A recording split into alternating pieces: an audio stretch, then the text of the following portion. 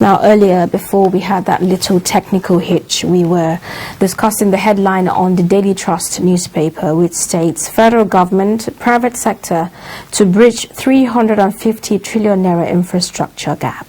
And you were commenting on that. Yes, as I said earlier, it is a fantastic window, according to experts, for the federal government to explore in order to bridge the wide gap in providing capital projects that will benefit Nigerians. When you look at it there, 350 trillion naira, that is huge. Without exploring other options, it will take Nigeria 18 years to do what will be able to do if it secures the partnership with the private sector. And don't forget, this 350 trillion deficit is just for 5 years. So during the briefing yesterday, the Minister of Finance said they are trying to bring on board the private sector. You know, we have many companies to negotiate with them, so that from the taxes they're supposed to remit to the federal government, they will use part of it to provide some of this infrastructure, like roads, probably dams that can generate electricity to solve the glitch we just experienced. Yeah, in hospitals and all that. And this is not just the first time, but there is even an executive order to this effect, which gives the federal government the latitude to involve some of this private sector.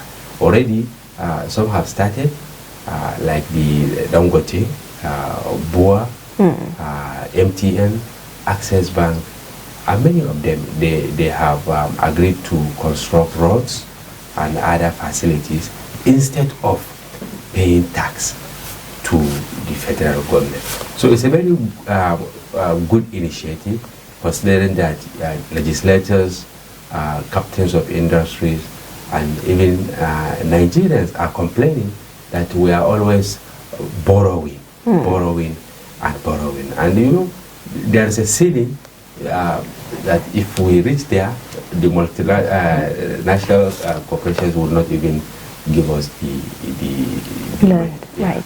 So why do you think, there's so many failed roads, considering that for every year there's a provision for these kind of infrastructure, especially roads, like very, very high, like, it's a priority. Why do you think there's so many, failed road contracts in Nigeria? It is one thing to budget, and it is another to fund it. Basically, this is the problem. Almost on a weekly basis, during the Federal Executive Council meeting, you see the president, ministers, and other top government functionaries approving construction of roads. That's on paper. You need the resources to execute them. And if you don't have the money, what do? You understand? In Nigeria, we are still not yet there. In other climes, for sure, I know whatever you budgeted for in air, you must have to execute it 100%. But what is our budget performance here? This next year's budget, I know, is spent at around 16.something trillion. And then part of it is going to come from borrowing. Well, most likely, we might not conclude the arrangements to secure the loans, and then a significant part of it will go for recurrent expenditure. So that is why you see ministers, presenting their memos, securing approvals, and then they have to now struggle to see that they get the money to execute such projects. Just last week, petroleum tanker drivers insisted that they will go on strike because of the terrible state of the Nigerian roads. And we deliberately put one of our riders there, that the NLPC, it intervened in saying that we are going to construct field roads. Yeah, because you can imagine if the petroleum tanker drivers, go on strike. I don't think people will be in this studio by this time. Okay, so would you say the partnership between the federal government and the private sector should have been initiated a long time ago? Yes, but it's not yet. It's not late. Yeah, we still have the opportunity, and as I said, there is an executive order to that effect, and then some companies have also made commitments. Some of them have started executing the projects, and this the meeting held yesterday was a prelude to the National Economic Summit coming up between 25th and 26th of this month, where captains of industry, government officials will come together. So most likely we will get more commitments, because we have many companies, in Nigeria, conglomerates, that they have resources that they will be able to bridge the gap that we are expecting. Okay. Now, I think we should look at another story or headline on the Daily Trust newspaper, which is quite alarming. Mixed reactions as federal government moves to shut IDP camps. Is that reasonable at this time? Yes, personally, I'm looking at it from the positive side, because you can't live in IDP's camp forever, because of the multiplier negative effect. For instance, Borno, we've been having these IDP camps for over 10 years, meaning some of the children born there supposed to be in school. Of course, some are receiving some ad hoc classes, but you will not compare them with children who are living with their parents, in other places. Women, adults, they can't go to markets, they can't go to places of work. So it's a positive development, because we spoke with many people, including the IDPs. They are very, very excited. They want to go back home. Okay, but one would actually think, the fights against insecurity needs to be won first, so that when they go back to their homes, there will be no issues. Yes, this story captures that, because in places like Niger, Zamfara, Sokoto, honestly, it is not right to start taking the people back. But in Borno, for instance, in Yobe, Adamawa, and Benue State, you can see there is, the curve has gone down in terms of attacks. And then, of course, the federal government and the state government, especially in Borno and Yobe, they have made some provisions. The Northeast Development Commission also has built over 1,000 houses in Maiduguri. Then the state government has also built hundreds of houses, reactivated markets. They also gave seed money to some of the IDPs. So they've started resettling these people, and they are very, very happy. They are very excited. But, of course, you have to ensure that they are secured. The government should not give room for the terrorists to have any opportunity to attack the people. And then we also hope that similar attention will be given to places in Niger, places in Zamfara, and places in Sokoto and other hotspots. Okay. Now let's talk about another headline here, and it has to do with civil servants and COVID-19 vaccination, and the deadline being November given to them to get vaccinated or they get sacked or not go back to work. What do you have to say about this? I think it's good because we will live with the COVID-19 or COVID-20 or yes. So the best thing is for somebody to take the vaccine so that you reduce the preponderance of infection. Mm-hmm. And obviously, in ministries and agencies, that is where you have large concentration of people. And before, Nigerians were complaining that we don't have the vaccines, the federal government has failed, blah blah blah. You understand? Now the vaccines are there. I remember yesterday I took my son to Wuse General Hospital, and I was invited to take the vaccine. So it is not difficult now to get it if you step into any of the federal government facilities or the FCD, for instance, in Abuja. I don't know the situation in some states, but generally the vaccines are there. But Nigerians are reluctant to go and take it because of some obvious reasons, which you know. But Jehesu is saying the vaccines are not sufficient. That is why. It's not true. As I said yesterday, I'm telling you, I went to Wuse General Hospital and then I said, sir, have you taken your vaccine? Go and take it. You understand? So it is there. And I think civil servants should take it because globally, those who took the vaccine, are more secured compared to those who are not taking it.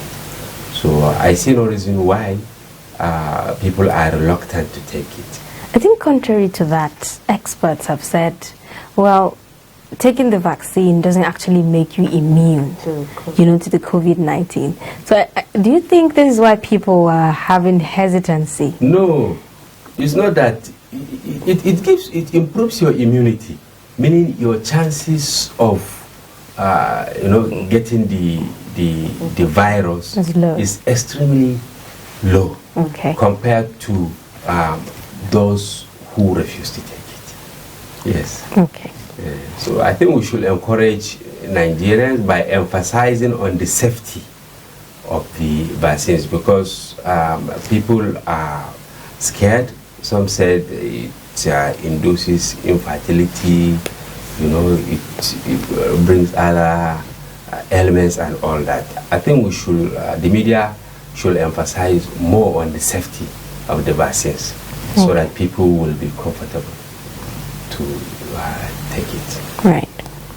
Okay, let's talk about yet another story here, and it has to do with Igboho, from Cotonou, saying that he's ill and he's seeking for treatment in Germany or France.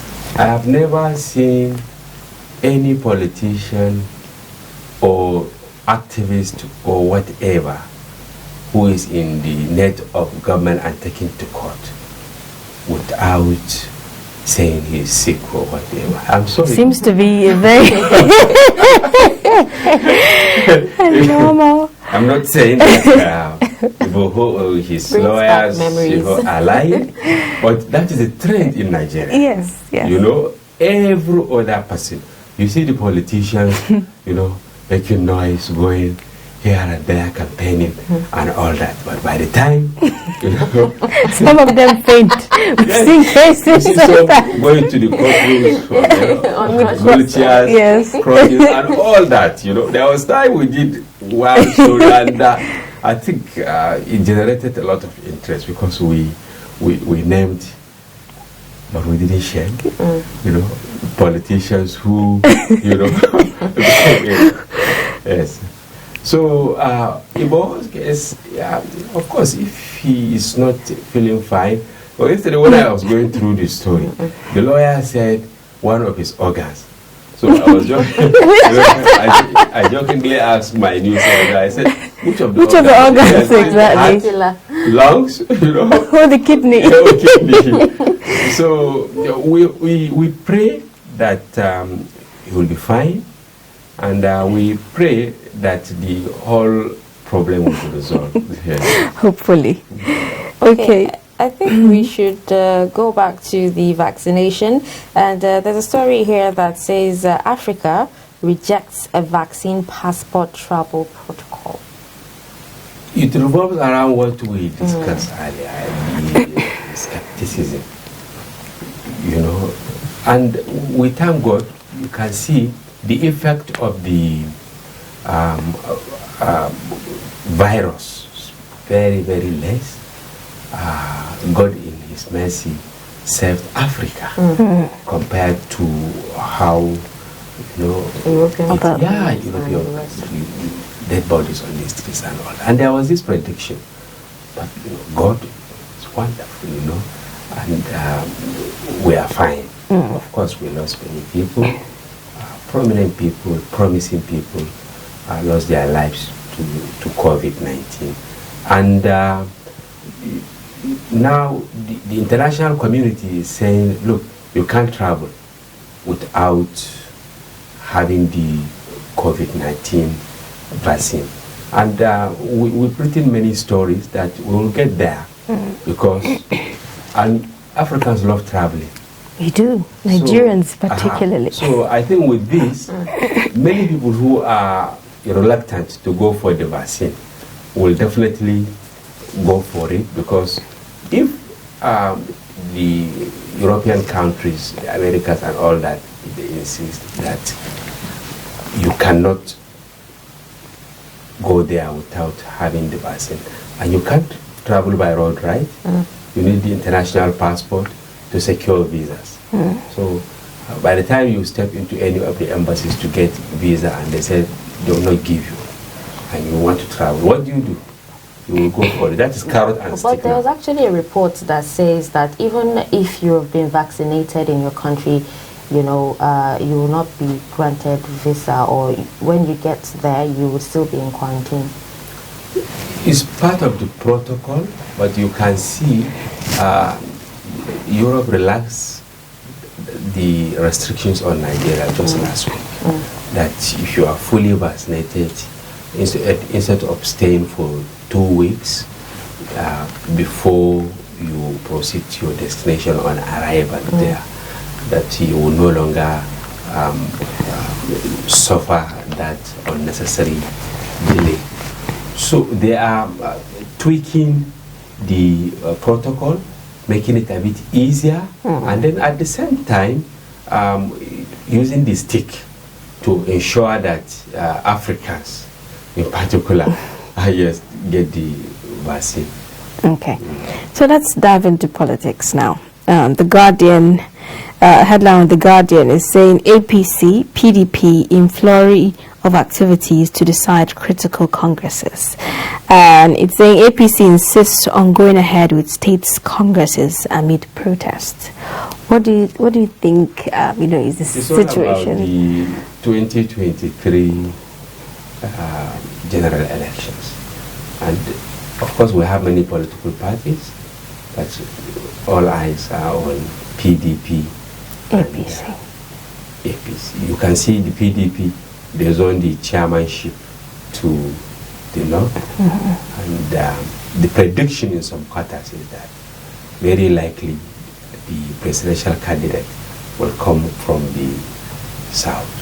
And then APC, I can see that they are more interested in wooing defectors, wooing members of PDP and other political parties. Just yesterday, the deputy governor of Anambra State dumped APGA and then joined the APC and was presented to the president and the presidential villa. Besides, PDP, after zoning the chairmanship to the north, they now said, okay, the 3 geopolitical zones, North Central, Northwest, and then Northeast, should produce one contender, so that among the 3 contenders, they will now agree to pick one. Funny enough, politicians who have interest in the presidency, they are now pushing the chairmanship. For instance, politicians in the North Central, they don't want the party to pick the chairman from their zone.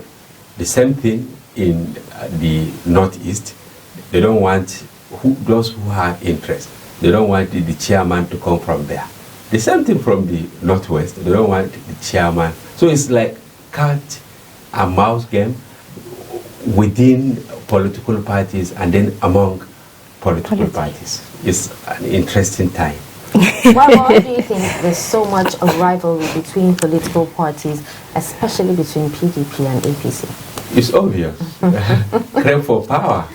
So there must be intense rivalry among that. That is politics. If there is no rivalry, then there is no democracy.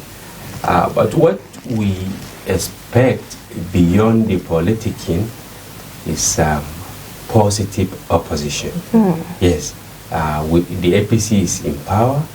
We expect a robust opposition from the PDP so that the government in power will deliver dividends of democracy to Nigerians. As far as Nigerians are concerned, there is no difference between PDP and APC. The way the politicians are just cross-carpeting. You can see Abga also joining the bandwagon. Yeah, but ultimately Nigerians expect good governance. Right. Yes. Okay, we are discussing the dailies on Daybreak this morning. We're going to take a short break. When we come back, the show continues. Stay with us.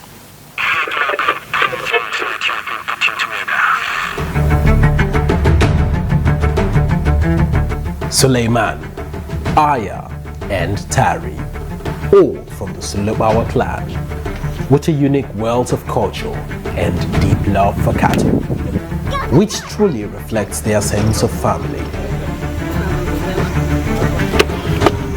But over time, everything changes with no lands for grazing.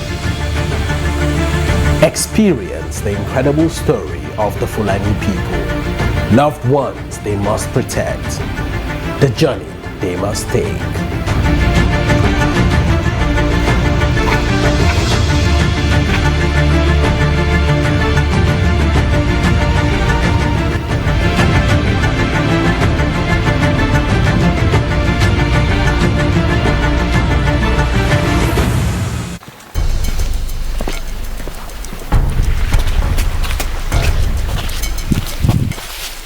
This is the spot marking signifying the starting point of the dam. No, Chobri? No, Sare? 40. No compensation has been given to any community member and no place has been earmarked for their relocation. Since why they go, they never come back.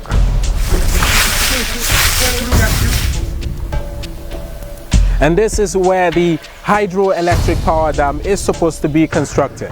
But for many years, the story has remained the same.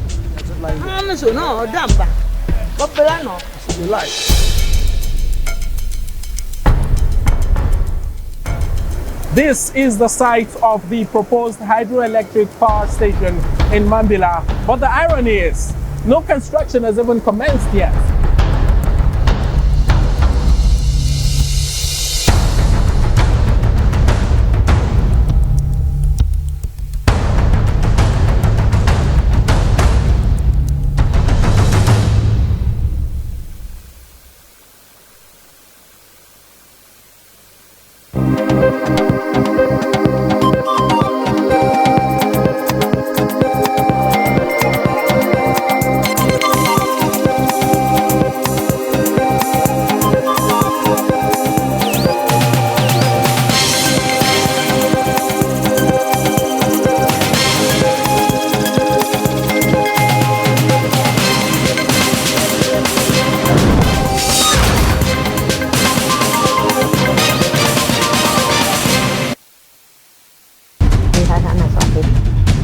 African fabric is finding its way to the global stage.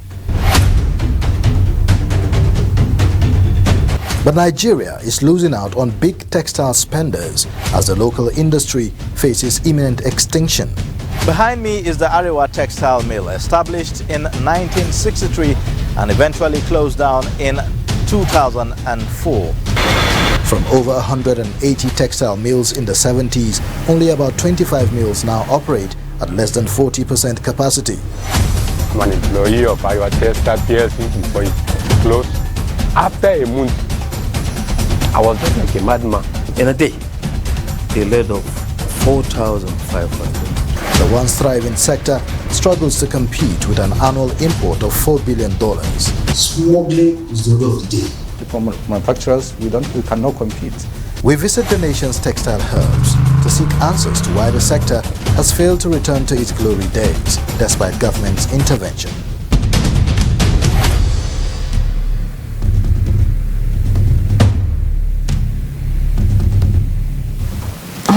All right, welcome back. You're still watching Daybreak on Trust TV. I'm Husseina, and we have Zainab in the studio as well. Well, we're still actually talking about, we're still on the dailies today, and we've discussed a lot of issues. We'll take just one more before we wrap up this particular segment, and it has to do with a day we're commemorating today, which is World Sight Day. Now, according to this particular report, sight loss costs a global economy $411 billion in productivity every year. Mr. Ibrahim, what is your take on this? You can see my recommended glass, because I can't see things from afar. Many people have this, but I think we are better off compared to people who can't read. Yeah, I can read,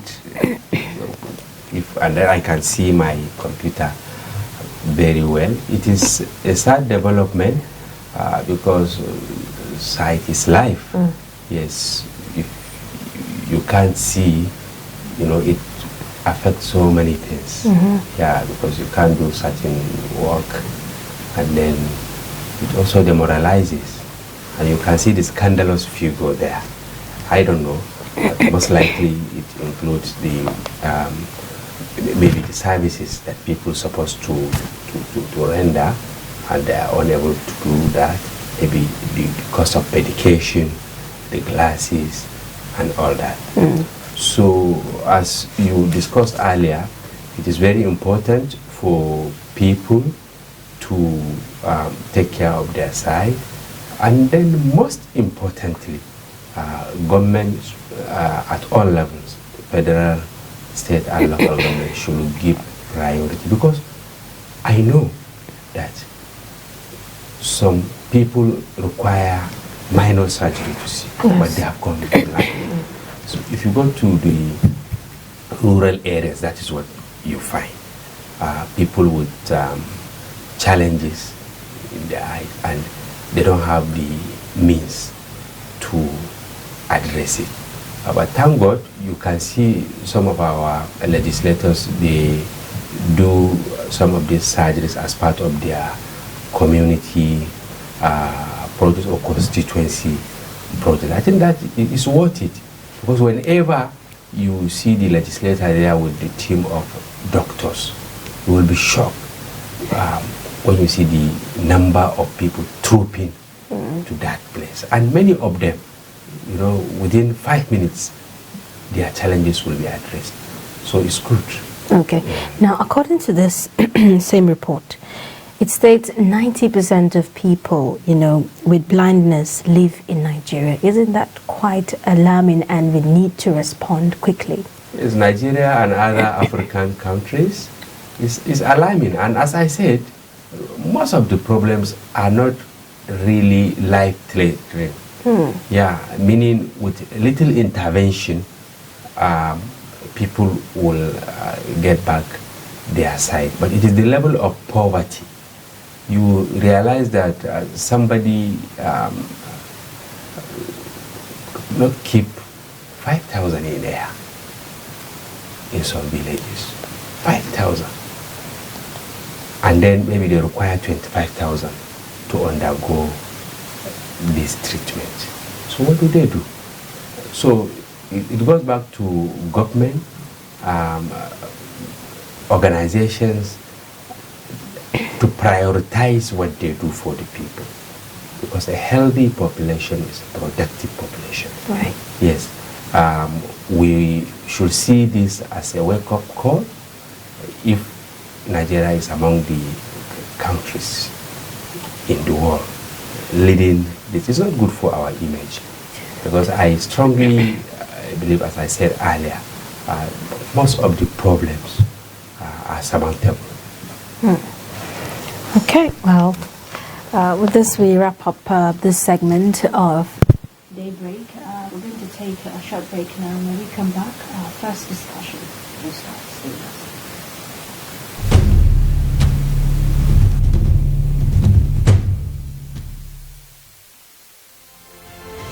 Get latest updates on current topical issues and breaking news by downloading the Trust TV mobile app on your Android devices. Go online, click Google Play Store, search Trust TV, install the app, and get doses of unfiltered information on happenings all over the world in your pocket.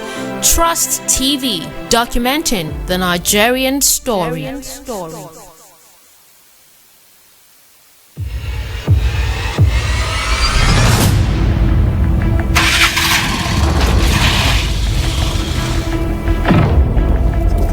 Nice to see you, sir. You got a 10-year-old son, a 12-year-old son. He's a shill boy. Yeah. And how did he get to that stage? You allowed it to happen. You allowed it to fester. It's like a cancer.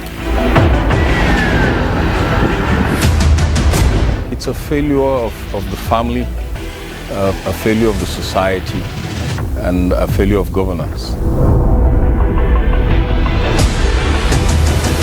We are still going into some other hideouts to see if any apprehensions will be made tonight.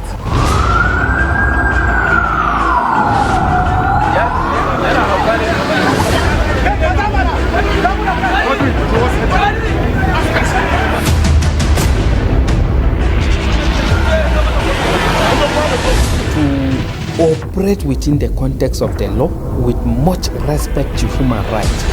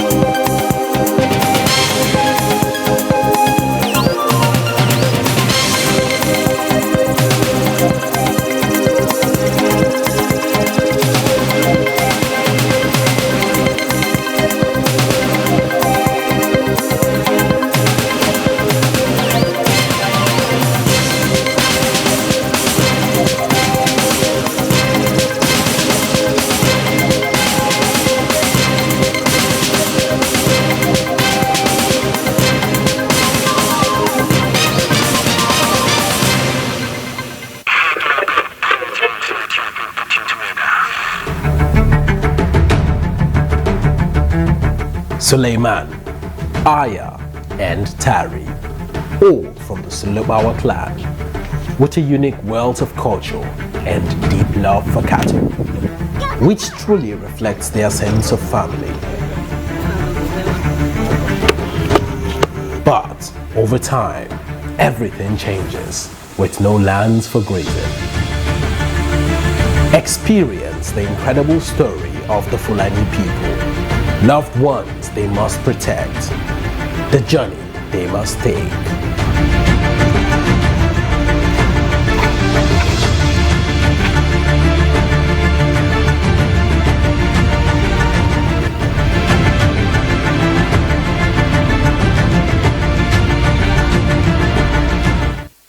All right, welcome back. Moving on to our next discussion, like we said earlier, we will be talking about our declining reading culture, especially here in Nigeria. Now, studies have actually shown that there is an almost symbiotic relationship between reading, learning, and intelligence. The analytical skills that provide the ability to understand issues and solve problems are the product of intensive reading. Reading regularly is a way to mental health, which enhances emotional intelligence. It helps with self-awareness as well, empathy, social skills, and also managing relationships more effectively. These are some of the importance of reading, which also provides a therapeutic effect and inner tranquility while also slowing mental decline. Now, Nigeria's literacy level stood at around 63%, lower than Angola with 66%, and Cameroon, which has 77%. More than 51 million books have been sent to 55 African countries since 1998. However, books have been losing ground due to the increasing influence of social media and smartphones. Usman Ibrahim, a librarian and former secretary, Nigerian Library Association, FCT chapter, is in the studio to discuss declining reading culture, particularly among youth. Welcome to the show. Welcome, sir. Yeah, good morning. All right. Good morning, Nigerians. Good morning. All right, so let's start with this question. You know, there's actually this age-old myth that says Africans do not like to read or they lack reading culture. Is this the case, and what do you think is responsible for this? Yeah, there are quite a number of reasons that Africans doesn't want to read. Only few of us that wanted to read, and when you see those ones that read, you see the progress and achievement and elevations in the society. But when we look at the history, right from the olden days, an African man doesn't have means of reading until when the Europeans or the Arabs, like in the northern Nigeria, until when the Arabs, the Trans-Sahara trade comes to the northern Nigeria, and then starting exchanging books and other things, and people start to read. While in the southern part of the country is when the Europeans comes to the country. So those are part of the indices or incidents that people don't read. Actually, unlike the Europeans, unlike the Arabs, when you take the history of Mesopotamia, when you read the history of the Alexandria, those great empires do have means of communication, writing and other things. But in Africa, actually, I don't know in history whether there is any form of writing skills or any writing this thing. So this actually contributed a lot.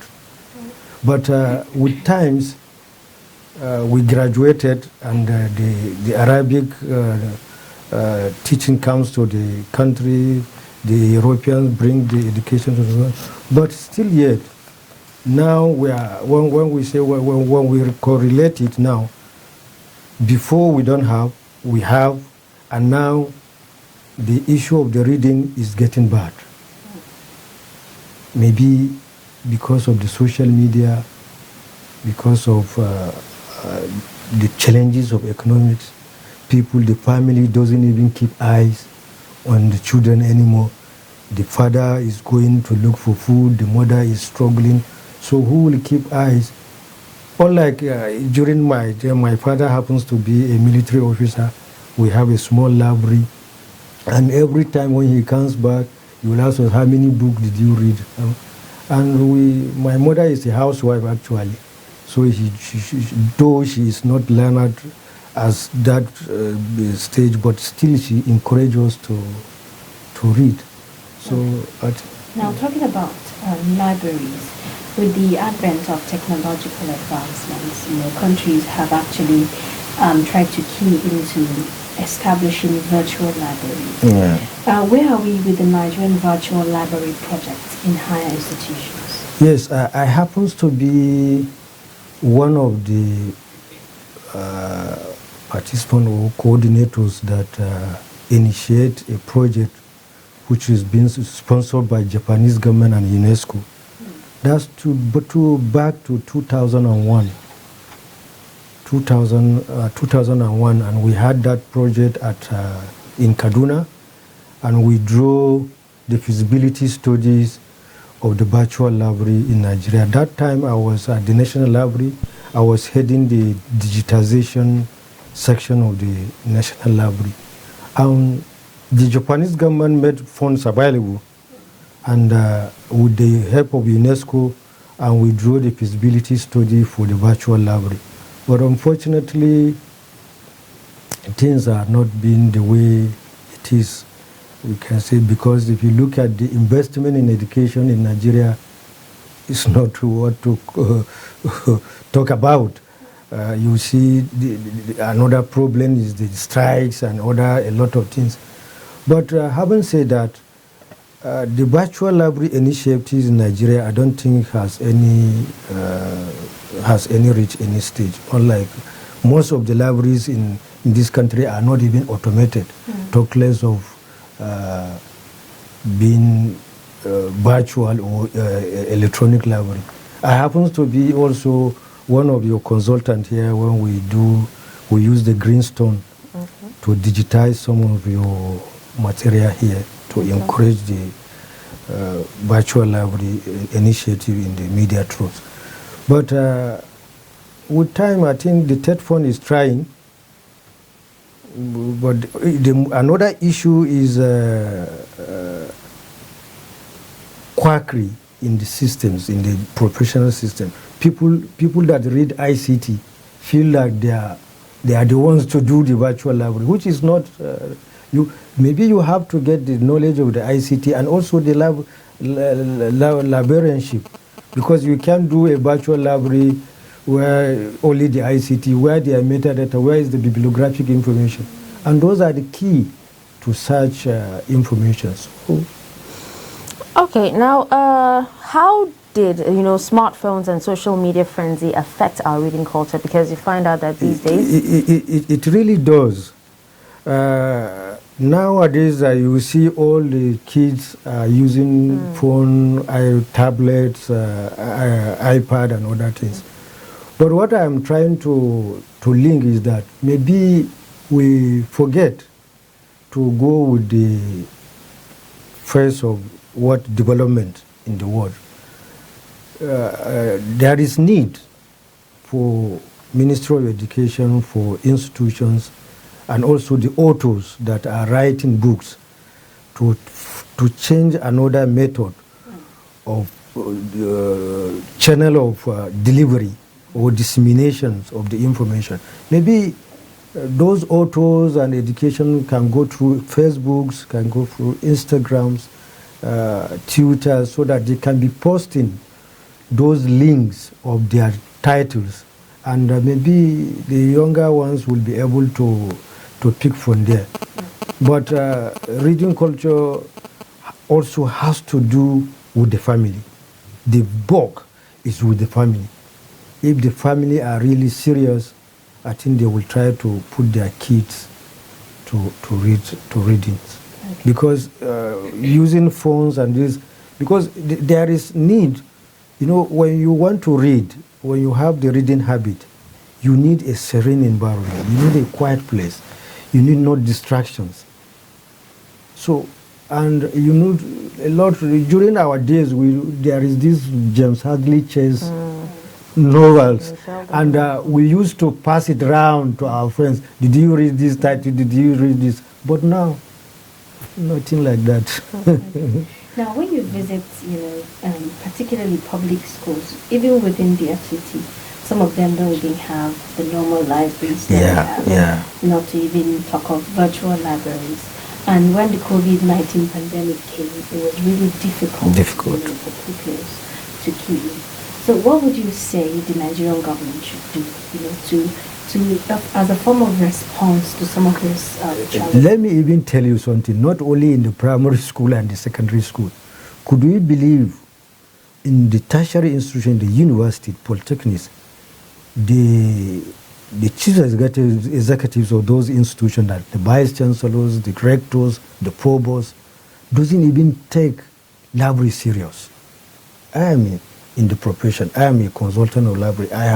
I'm also the representative of Elsevier in Nigeria, the largest publisher in the world. They have 25% word information in their base. I am their country representative in Nigeria. I know what is happening in the libraries. You will see that the vice chancellors, the rectors doesn't even consider. They will only come to the library when there is accreditations.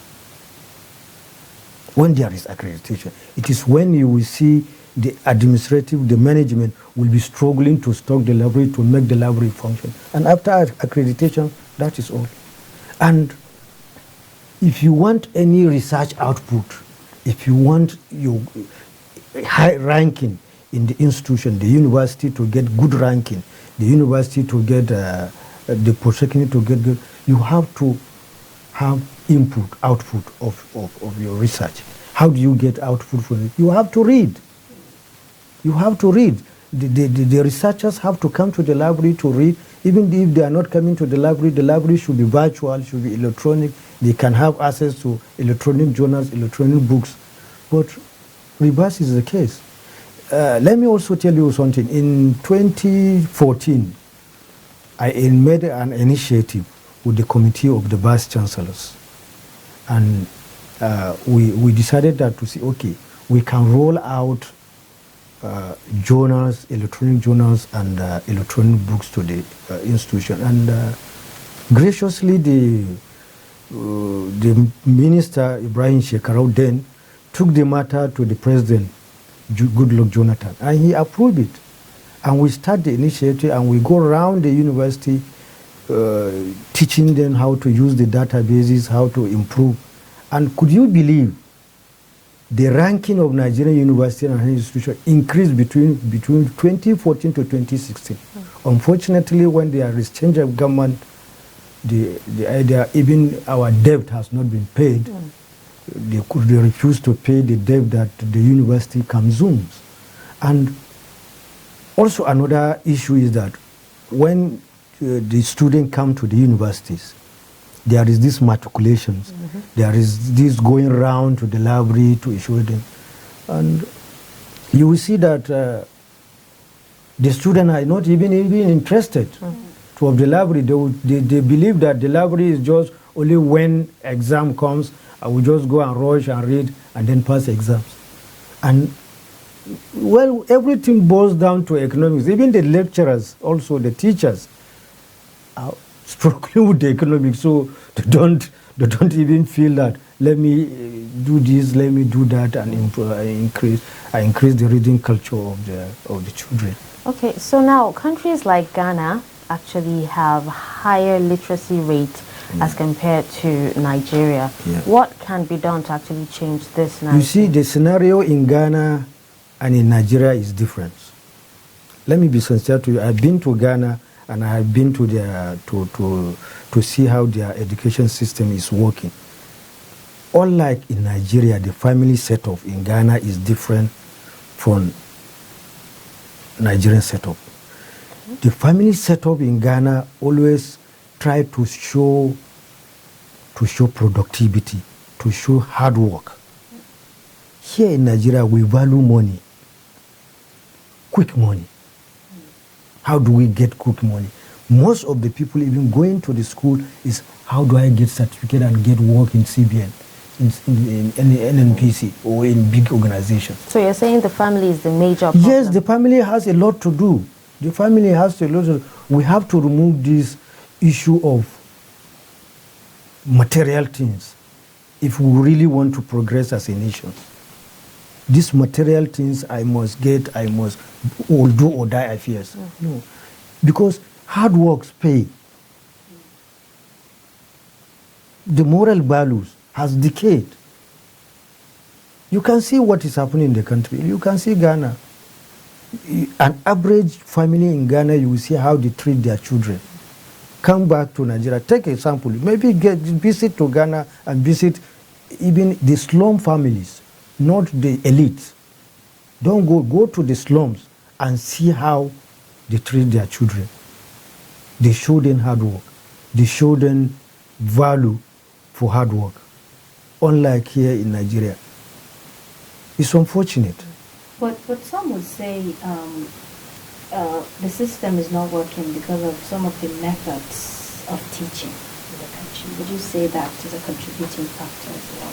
Yeah, some of the method, but still back to when you see some of the method, yeah, we can see some of the method because most of the teachers also still come back, when I will still come back to the economic situation, the poverty, the greed that Nigerian society has put themselves in.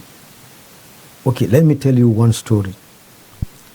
While I was in the University of Maiduguri, I had a friend who was studying at Ramat Polytechnic in Maiduguri.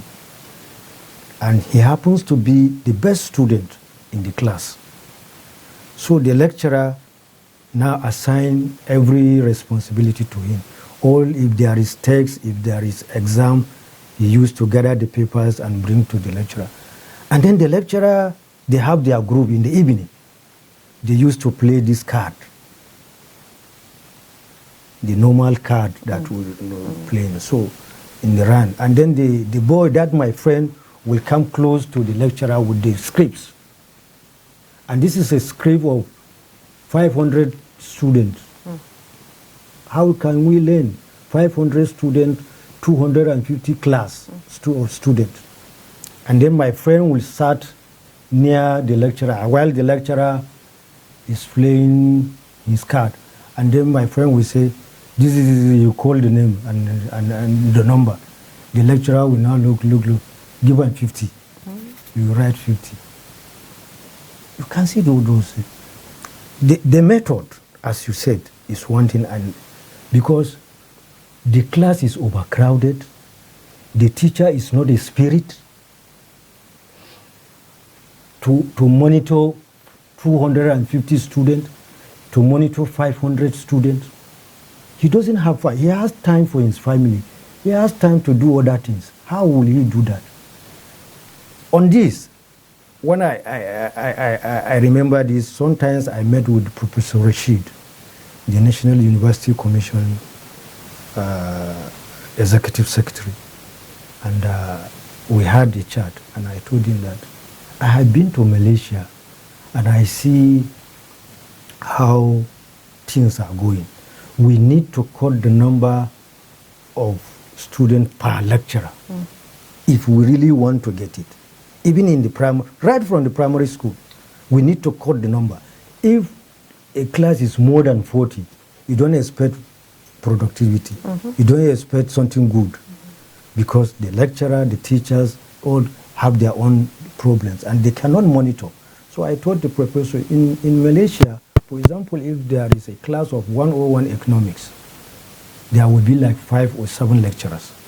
And each, they have maximum of 20 students. And there is a portal. When you are registering your course, 101 economics, once it reaches 10, it closes and the next portal for the next lecturer opens. This minimizes the problem of overcrowding. And still, the Commonwealth introduced something what they call, I forgot the name of this database. It's a very good way of teaching. And the Nigerian University and the polytechnics are not ready to embrace it. Okay. We have to go backward to help in the teaching process. The teaching process, the method of the teaching, and the attitudes are all part of the things that is hampering progress in education and reading habit in Nigeria. Okay. Now we are discussing the declining reading culture in Nigeria with Usman Ibrahim, a librarian and former secretary, Nigerian Library Association, FCT chapter. Well, after this quick timeout, our discussion continues. Stay with us.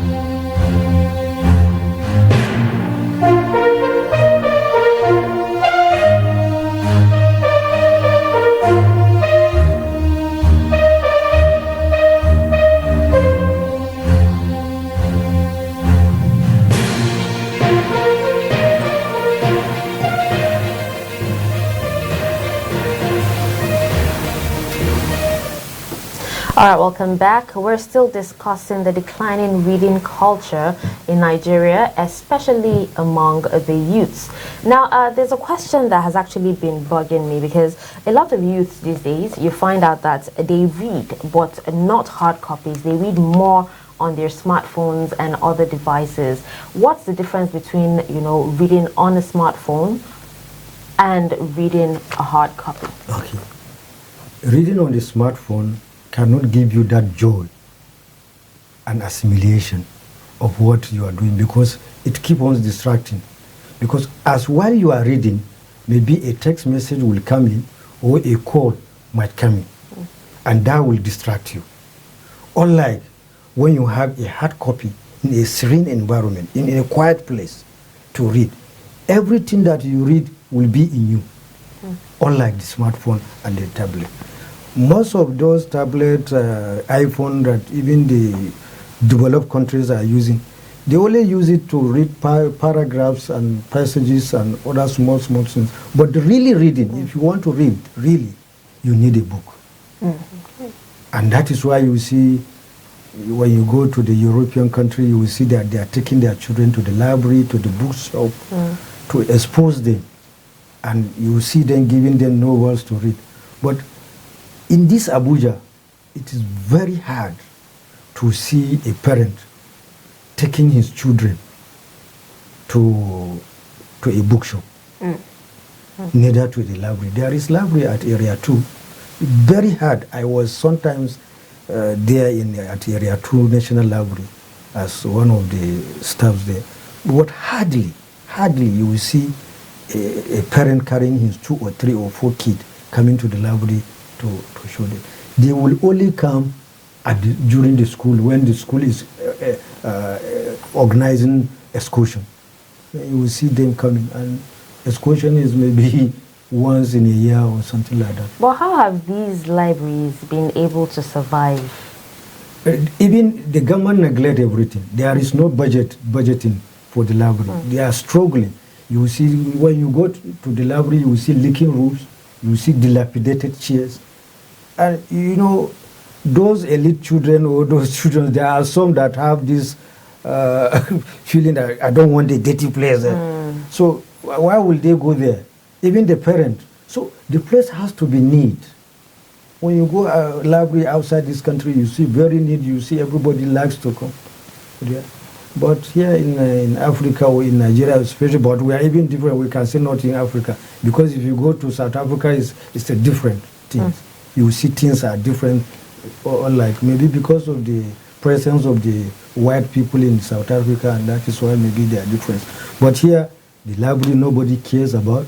There is another library at Wuse Zumfo, where that bakery is. Nothing. There is another one they built at Gudu. Nothing.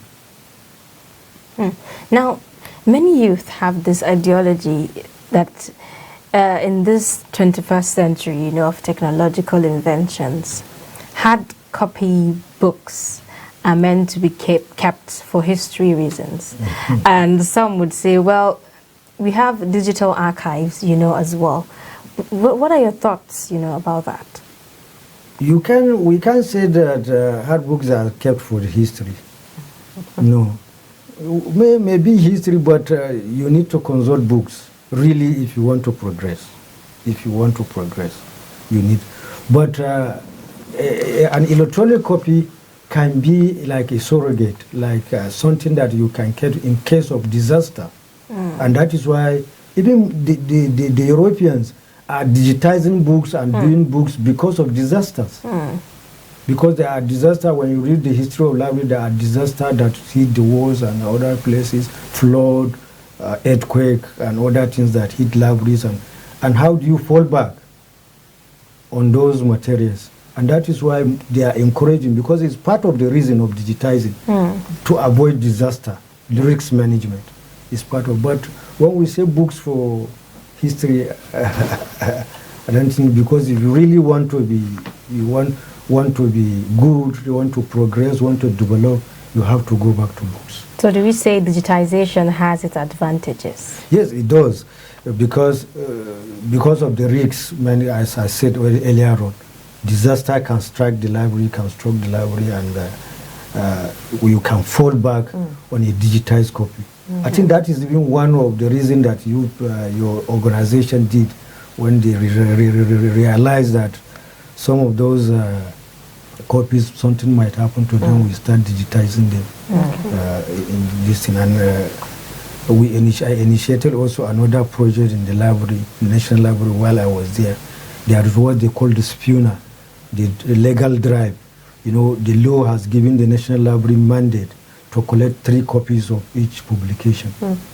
So I now said, okay, while we are buying the 3 copies, this thing, we should be going with our flash drive to media organizations to give us e-copy. And we digitize them, and we are even putting them in CDs to sell to the organizations that wants to get e-copies of those.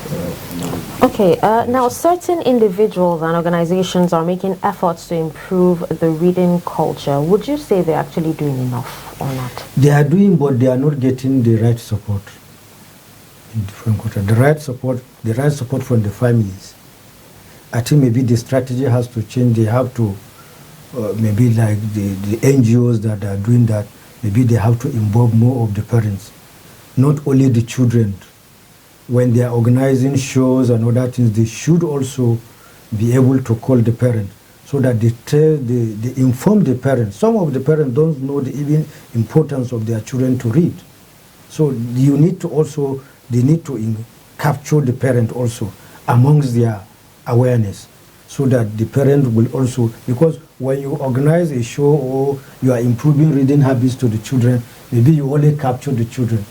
After the show, after they left the room, are you staying with the children? Is the parent. So the parent have to believe that reading is very good to their children, to their world.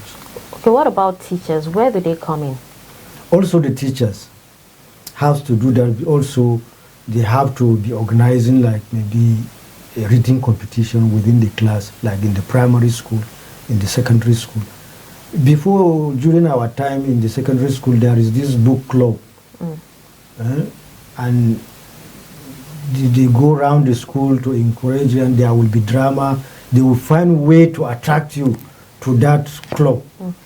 Unlike now, I don't think most of the schools even have these reading clubs in the schools.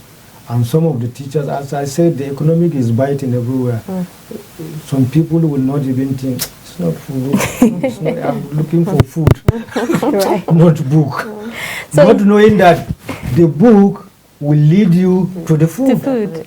Okay, so in terms of policy, do you think we need to change our policies in Nigeria with regards to, digitization? Yes, I think even the World Bank have set a center of, the National Open University have a center of this kind of changing method of learning and other things. I think the policy, there is already this policy, is the implementations. Is the implementation and the seriousness of government. They know everything. You know everything. They have the beautiful policy. Okay, as I told you, we design and provide feasibility study for the virtual library for tertiary education. It's there on the doors has covered the report. We did it 2001. How many years now? Quite about almost 19 years. There are policies, there are brilliant ideas, but the implementation and the seriousness of those that are supposed to implement it. Okay, now you'd actually hardly see people make use of public libraries except maybe researchers, and likes. Do you know of any private initiative that provides library services to stimulate reading? Yes, there is. There is one gentleman at Karshi, Bawa Karshi. I used to go there. Okay. He has an initiative of this thing, private library. Very serious gentleman. And he's from rural, and you see how he's trying his best. Sometimes, I think, while I was in the National Library, we made an effort to see that he even have a motorcycle that he used to put some books going to the market days. Very nice guy. He's in Karshi. The library is there in Karshi. And I have been supporting him actually to see how he used to pack some books. I don't know now whether the Minister of the Economic has been biting me. So I don't know where he's about. Maybe I will check on him after this program, inshallah. Okay. To see how he's doing. He's doing very well that time. Because he used to have a motorcycle, pick some books, go to the market, they display them. And he has a small library doing initial, but even the elite, some of the elite have private libraries, but they don't allow outsiders to visit this. And this is not, maybe those ones that, the family of those great people that passed away, they should be, I'm calling on them, they should be able to open up to the society to visit those libraries that are at home. Personally, I actually know of a lot of individuals who have embarked on book drive projects. You know, old books, they just gather and give to schools in need. But it is one thing to actually give those books, and it is one thing to read. For the students to read as well. So, you mentioned that the family, is one of the key agents that will ensure all of these issues are implemented. For parents that are illiterate, that have not been to school before, what kind of initiative, how can you engage them, to teach their children to love reading? That is where the NGOs, where the community initiative comes from. Those ones that are not literate, the parents that are not literate or did not go to school, it is the responsibility of the NGOs and the government, especially those schools within the community, to be organizing such things. And what I say that you should not only organize for the children, you should be inviting the parents. If you really want an impact, invite the parents, even the mother, maybe if the father is really busy in the community, that those ones that didn't go to school, invite the mother. She will be happy to even attend a kind of workshop or something, seminar or something. She will be happy. And then you tell her, even in the local language, the importance and how if the children read, they can develop and become something else. Since most of Nigerians were now tied with material wealth, so tell her, you'll be rich. The future. You will be rich. Now, UNESCO actually defined literacy as the ability to identify, understand, create, communicate, and compute using printed and written materials. So, do you think the ability to read and write is not the real definition of literacy? It is. The ability to read and write. If you are not literate, you cannot read and write, we can. But there is not enough. It's not but there are those ones that we say traditional knowledge. People that have it in their head, taking tales. Right, or from experiences. So reading and writing does not fall into that. In the olden days, when we are young, we use, the old ones used to tell us stories. And they are literate. If I can add to the definition of UNESCO, those ones that say the tales, because you can pick from what they are saying and even write a lot of stories. So they are literate in their own capacity, because they know what you don't know. They can tell you something that you don't know. You can see some, they even know herbs, some know treatments. So we expand the definition to include those ones that have tales. Okay. Yes. So before we wrap up the discussion, many experts are of the opinion that, as you've mentioned earlier, the federal government did not prioritize education. In this 2022 budget, they said, experts are saying the budget is quite low for education. Do you think? Even in the previous years, we have been calling, even the previous years, you can look, unfortunate to say, it's really unfortunate to say that you can leave an organization like ASU to strike for 9 months. For 9 months, government to allow? Can they use all their means, bargaining power, paid? You can beg them. It doesn't mean that you are so pompous. You can go low down and say, please, for the sake of this, for the sake of the children, for the sake of the country. But government too pompous. What does it give us? The loss of that 9 months, we will not see it now, maybe in 2 or 3 years. I saw one media, something in the social media circulating. A journalist is interviewing a matriculated student. What is BSc? He said business education. Yeah, I saw that too. I saw you that yesterday. Yeah. So some did not even know how many years they are. Some did not know the nomenclature of their degree. And they are going to the university, matriculating. The decay is much.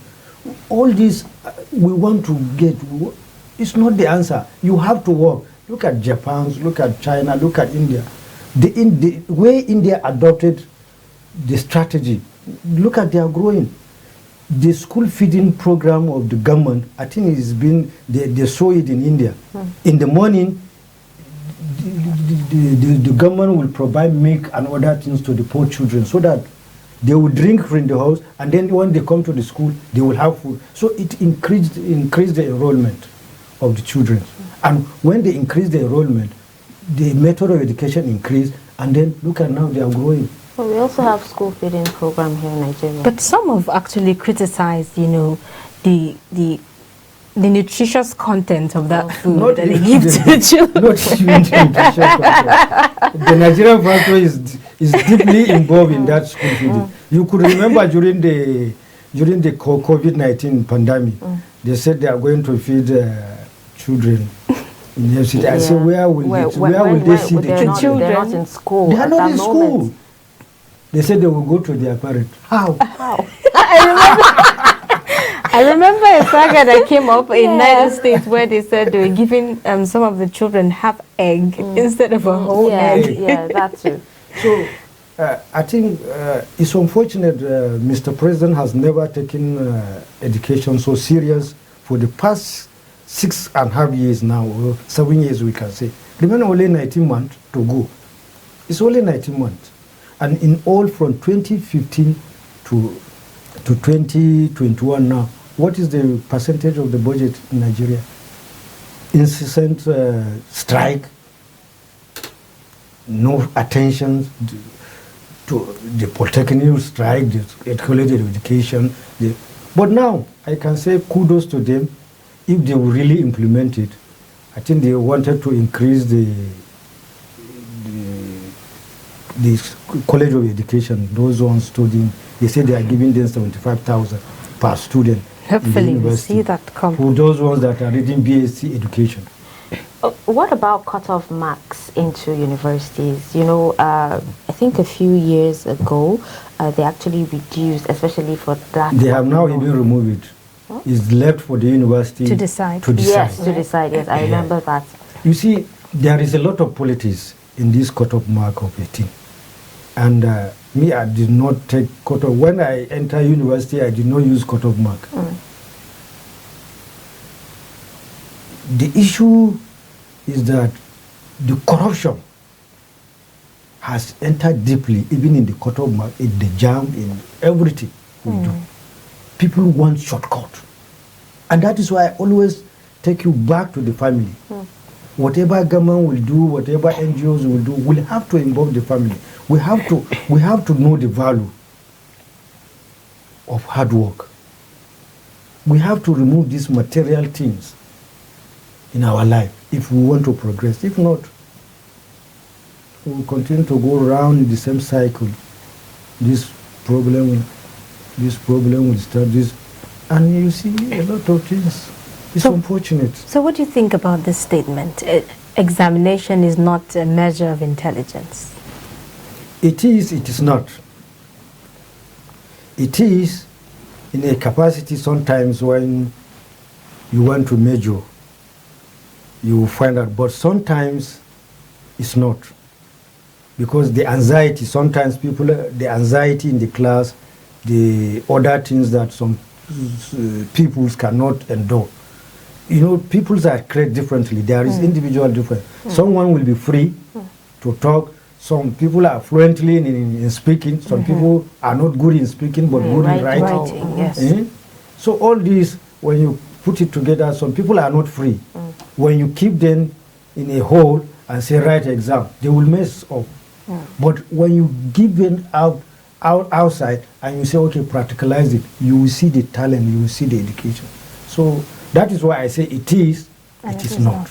Okay, I'm saying this because, you know, sometimes people prioritize the class of degrees people graduate with. Yes, especially when it comes to employment. Especially, they say 2-1 or 1 first class. Has to be 2-1 or first class. First class. While maybe, especially some of, you will see some students that are good in science, some of them, they know it off head. They can do practical. So how do you, but the theories, they cannot be able to do anything. So how do you do that? And then you have a lot of third-class degree holders who are actually doing bigger things. Bigger things. Great. So there is even somebody with third class will do something better than the first class student. Because, as I said, fraud and corruption has entered everything. You can see what I'm telling you. The story of the teacher said, give them 5 marks, give them 40. How did he measure them? A class of, now we cannot even say examination is the measurement, because in a class of 500, how can you measure? And a teacher will sit down playing card and say, Mr. Ibrahim, 111, give him 50.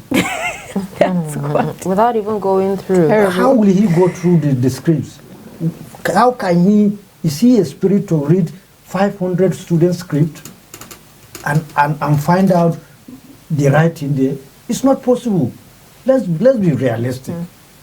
If we cannot trim the number of students in class, then examination as measurement, I cannot believe it. And the education system in Nigeria needs, you know, a total overhaul as well. Total overhaul and a lot of investment.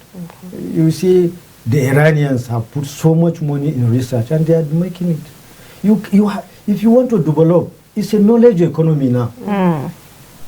It's not by oil, it's not by solid mineral.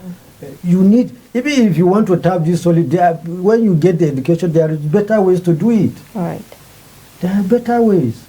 So education is the key until the government and the politician realize that we will not make progress. I'm sorry to say. Okay. I think because of the time, yes, we have to time. go. Yes, it was quite an interesting topic, by the way. Thank you so much, Mr. Ibrahim Usman, for gracing us with your presence. We hope to have you next time. Thank you so much. All right, with that, it'll be time for Sports in 60 coming up next. Stay tuned.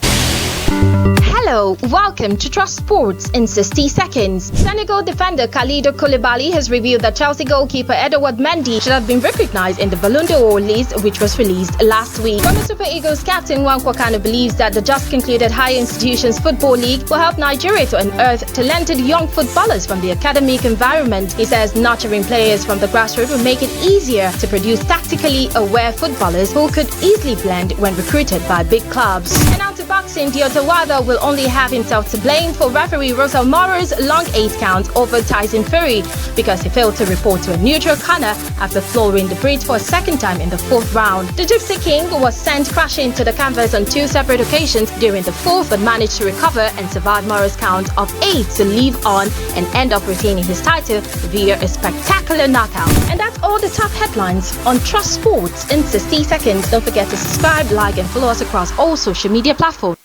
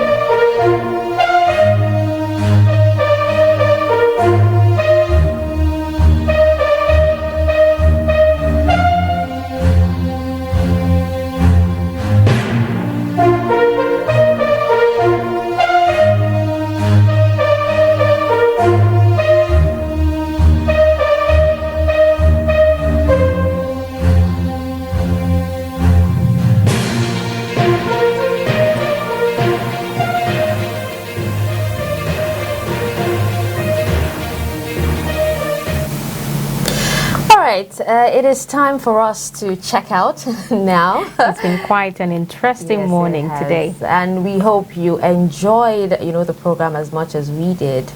I remain Darshan Husseina Osman, and do not forget to join us again tomorrow, 7 a.m., only on Trust TV. And I'm Zainab Bella. For more news and for more of our programs, you can follow us across all our social media platforms to catch up with us. Thank you so much for staying with us.